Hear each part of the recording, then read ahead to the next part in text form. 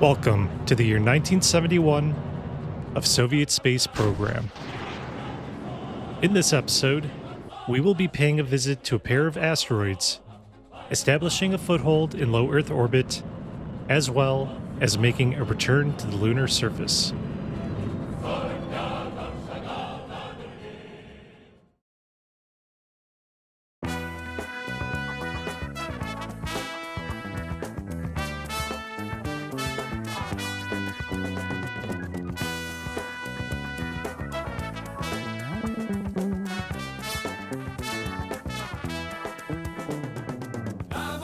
Almaz-1, 120 days, orbiting the Earth.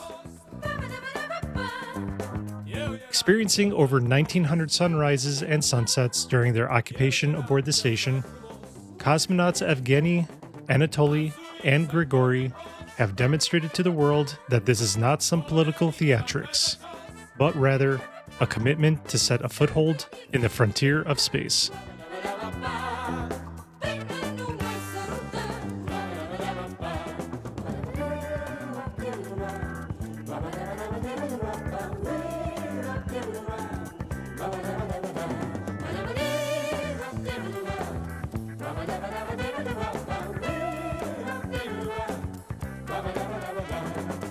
On the 30th of January, the crew aboard the station complete the last of their mission objectives, that being the collection of the 6 months' worth of the multi-week space habitation experiment.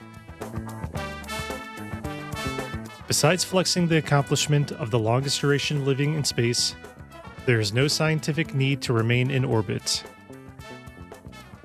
Almost 850 science has been transmitted during the past 4 months. And packed along with the cosmonauts for the return back to Earth are some weather-related photography, which will net an additional 34 credits.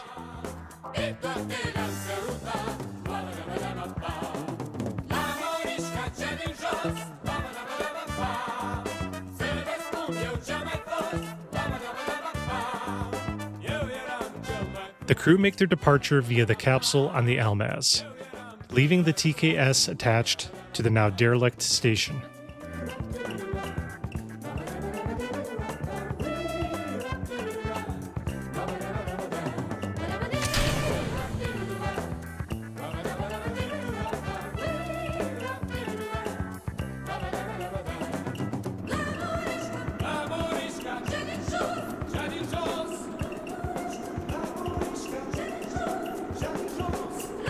A drawback of spending so much time in space is that the forces of re-entry will put more strain on the cosmonauts' bodies.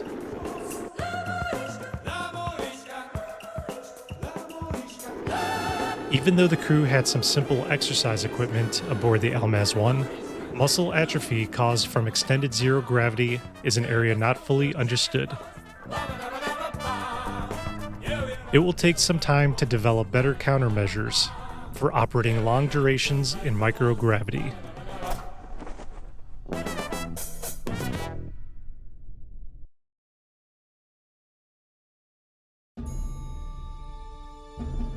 Leaving an abandoned station in orbit is not something the agency wanted to consider.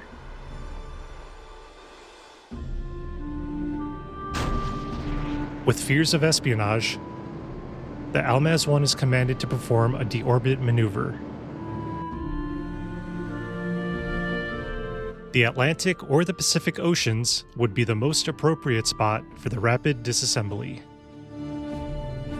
However, due to miscalculations, Almaz-1 instead gives a fiery spectacle for anyone observing the skies over Tibet.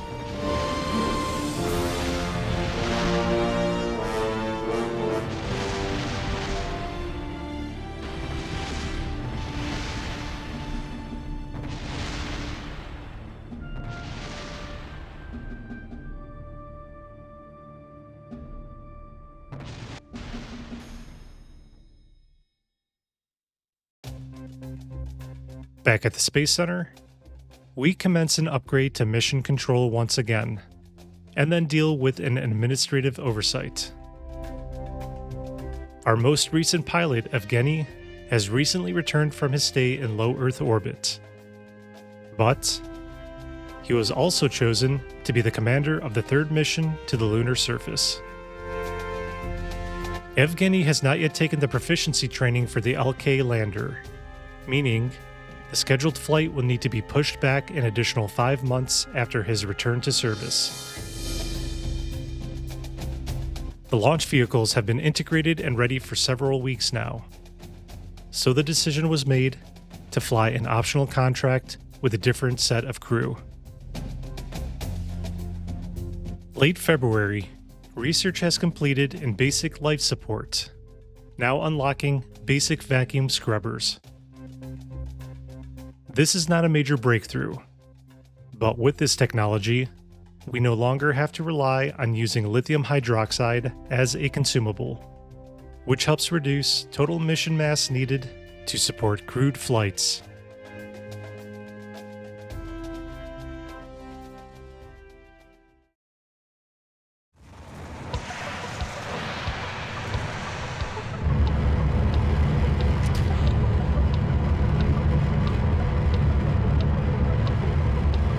Космический корабль-спутник «Восток» с человеком на борту поднялся в космос и, совершив полет вокруг земного шара, благополучно вернулся на священную землю нашей Родины, страны Советов. The last mission to the moon was almost a year and a half ago, and news outlets across the globe have begun questioning if the Soviet Union has given up on their efforts, in light of the United States Apollo program. To quell such theories, the LOK-4 mission is launched on the 12th of April. A mission to the moon which doesn't take crew to the surface might not seem all that grand, now that several flags already reside in the lunar soil. But nevertheless, such a feat is only something the two world superpowers have managed to accomplish. The mission parameters are simple. Stay between 30 and 75 kilometers altitude for a total of 36 hours. Simple if we were running off stock KSP patched conics. But with Principia involved, the lunar mascons will be constantly altering the orbit, requiring a bit of hands-on station keeping to not reset the mission timer. Sergei, Alessia, and Alexandra take in the views from low lunar orbit, while completing some minor observational experiments. All the while, hoping that one day they themselves will also be able to set foot on the lunar surface.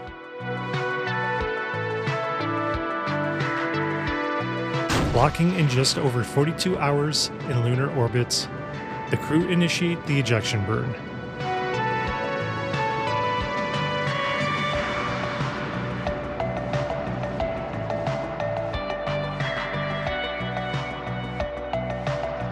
As with all lunar missions, a mid-course correction will relight the engine such that the re-entry corridor places them both over land as well as within Soviet territories.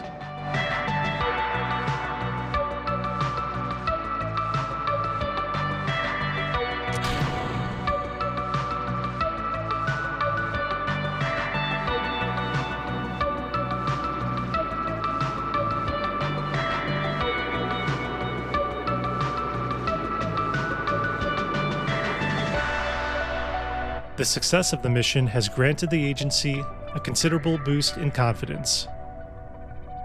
That confidence will play an important part when it comes time to select a new program. But before we can do that, Mission Control needs to track a trio of probes, performing some small body flybys.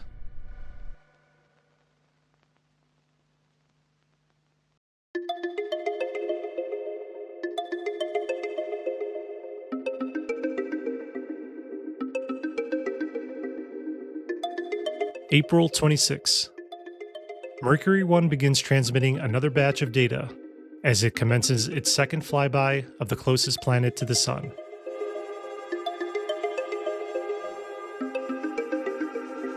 Barely 10 minutes will be spent by the probe in what is considered Mercury space low. This translates to only 2.8 science points. A meager amount, given the scale of science collection needed for unlocking tech nodes in the current era. We will say goodbye to Mercury 1 here, and leave it to its final resting place in heliocentric space.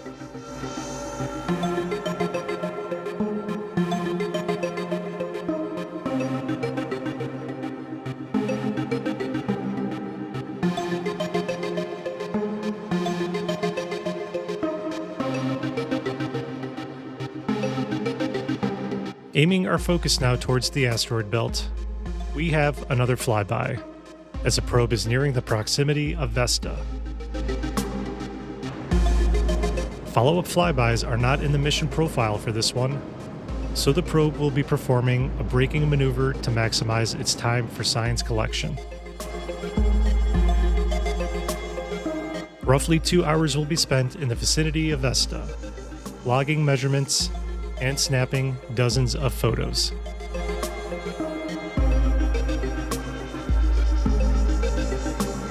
The confirmation of meeting the flyby requirements, as well as the return of data, triggers the contract closeout. Although this mission completes the Small Bodies flyby program, we still have one final task.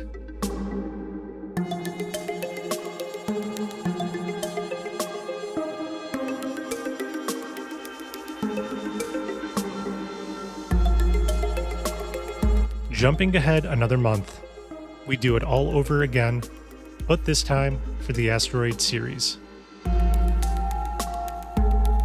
The probe repeats the same process as what was executed for Vesta. Braking for a longer dwell time, a low altitude flyby,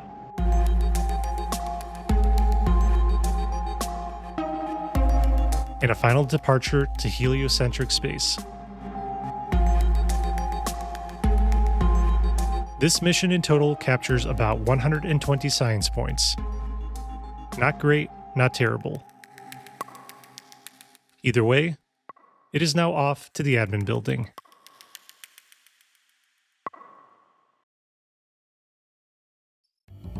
Something that slipped by my radar was the retirement of Sergei Korolev earlier this year. None of the replacements seem enticing, so I'll be leaving that position empty for now. From the program side of things, we will now close out Small Bodies flyby and replace it with Mars surface exploration on FAST.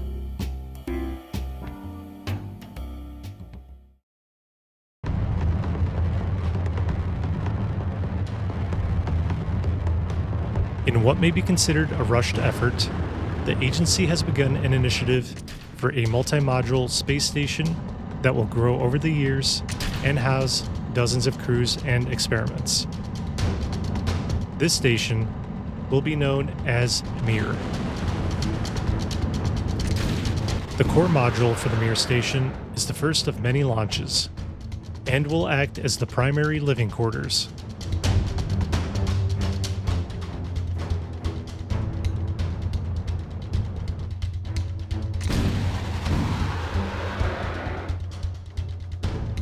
Rather than being launched with a crew return module on board, the fourth section is instead replaced with a 5-node docking hub, which will act as the nexus for the station expansion.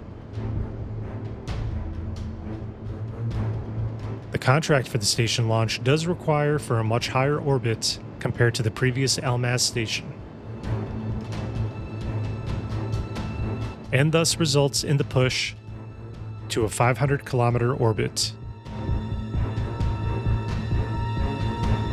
This may not seem like much of a change, but challenges related to a higher orbit will become apparent when it comes time to occupying the station.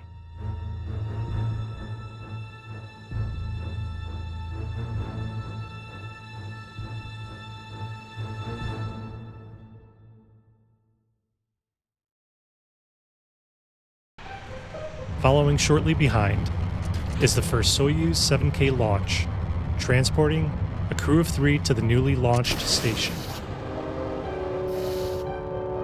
7 years have passed since any crew have flown on the R-7 rocket, but the emergence of the stations program has brought the launch vehicle back into demand as an economical option for crew transport. Given that the station is in a higher 500-kilometer orbit, the Soyuz will in turn transfer into a higher parking orbit of 220 kilometers, rather than a typical 170. What would have been smarter is to place the Soyuz in a 220 by 500 kilometer transfer orbit from the start.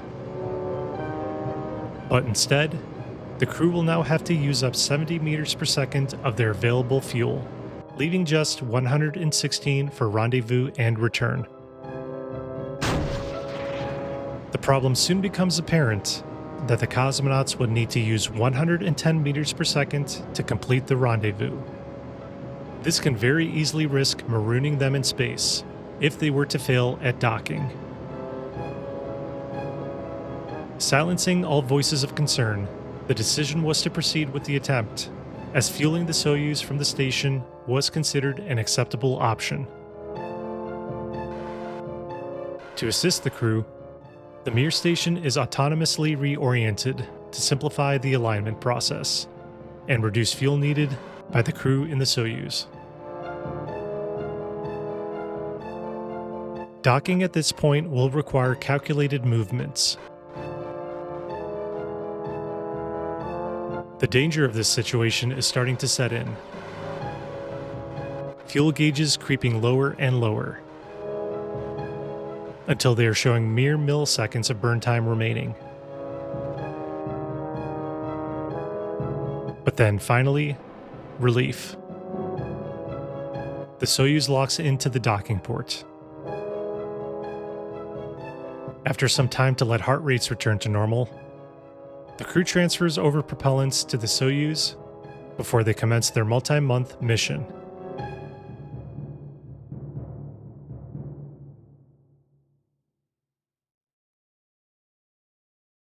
A major part of the race to the moon was also a race for technologies.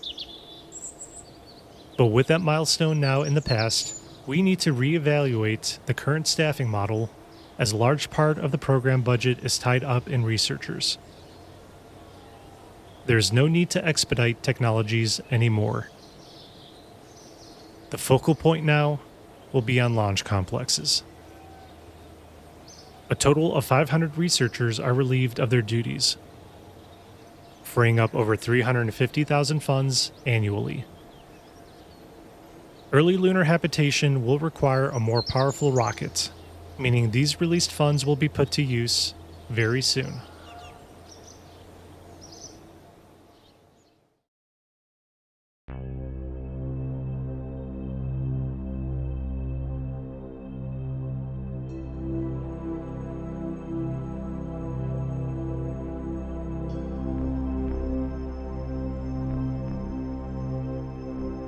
Two weeks into their mission, the crew aboard Mir are acclimating to their new homes and have been making great progress on research.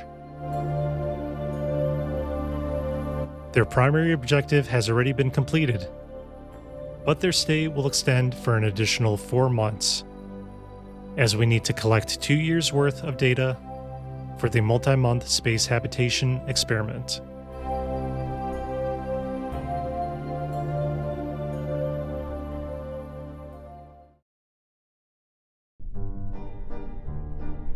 The crack of dawn on December 2nd. The third and likely final launches of the R-56.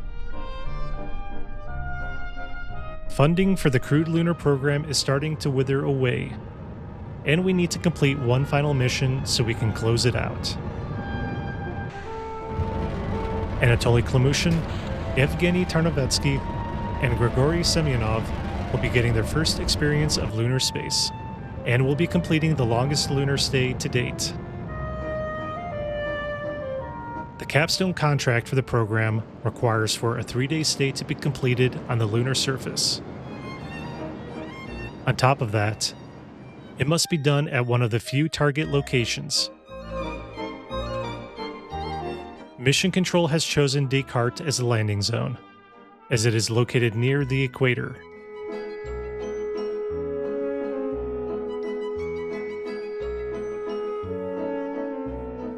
Evgeny and Anatoly are the designated ground team. They switch over to the LK and commence the landing sequence.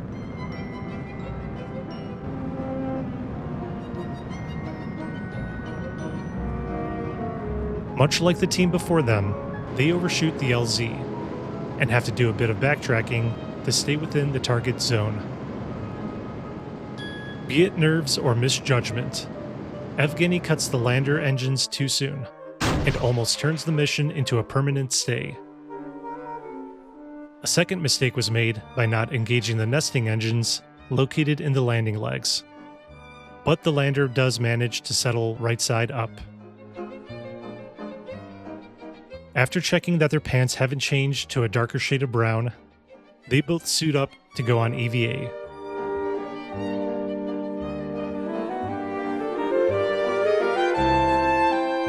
Besides planting the flag and spending a few hours extracting deep surface samples, the cosmonauts will be hunkering within the lander for the 72-hour contract objective.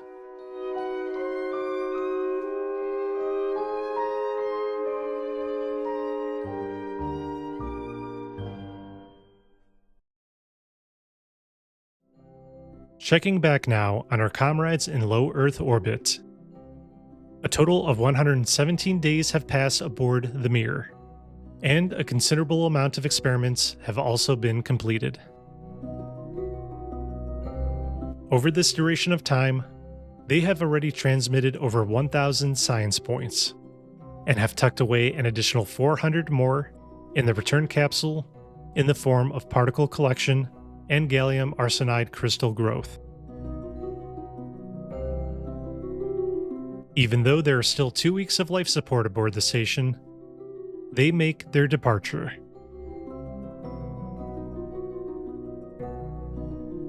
Radiation exposure has been a concern during this expedition, as the current station altitude has it crossing the inner belt for brief periods during each orbit.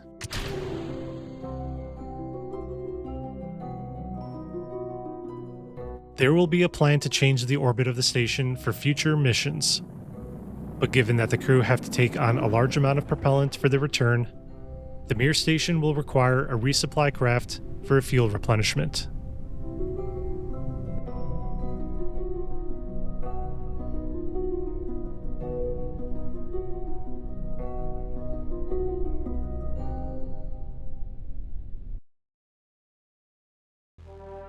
We have a large stockpile of science, so it's about time to start allocating it to the tech tree. At this point of the career, research is going to be completing at a slower pace, a marathon rather than a sprint. The spaceplane era of the tech tree covers technologies from 1981 through 1985, while the long-term space habitation takes you to 1997. With the research queue now backlogged to the year 1986, sorting of research will be done off-camera, and we can now return to the cosmonauts back on the moon.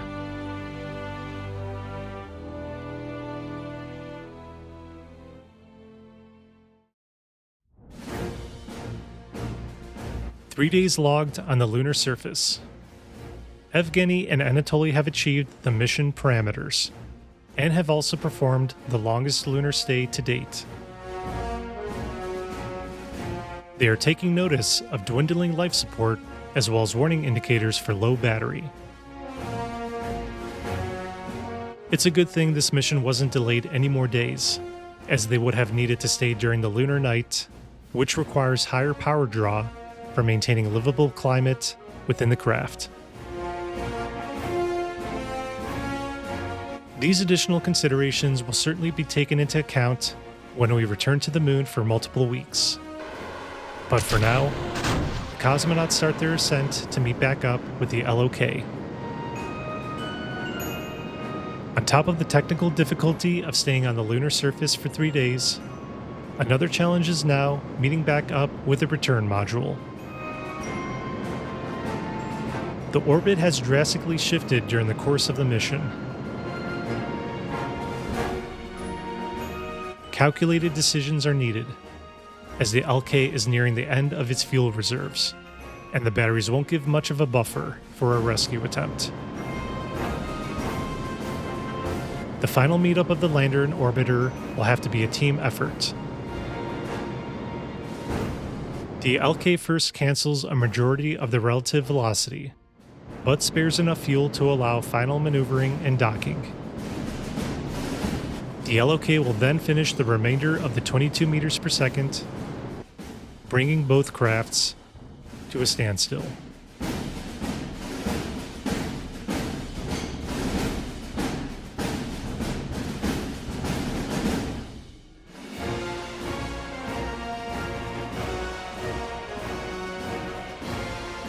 Lunar samples and all 3 crew aboard, the team plots the course for a return back to the Earth.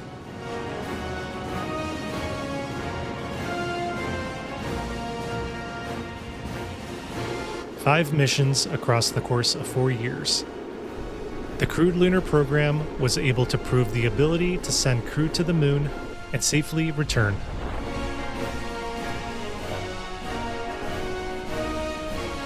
December 12, 1971. The homecoming of the 3 cosmonauts marks the ceremonial end to the Flags and Footprints era.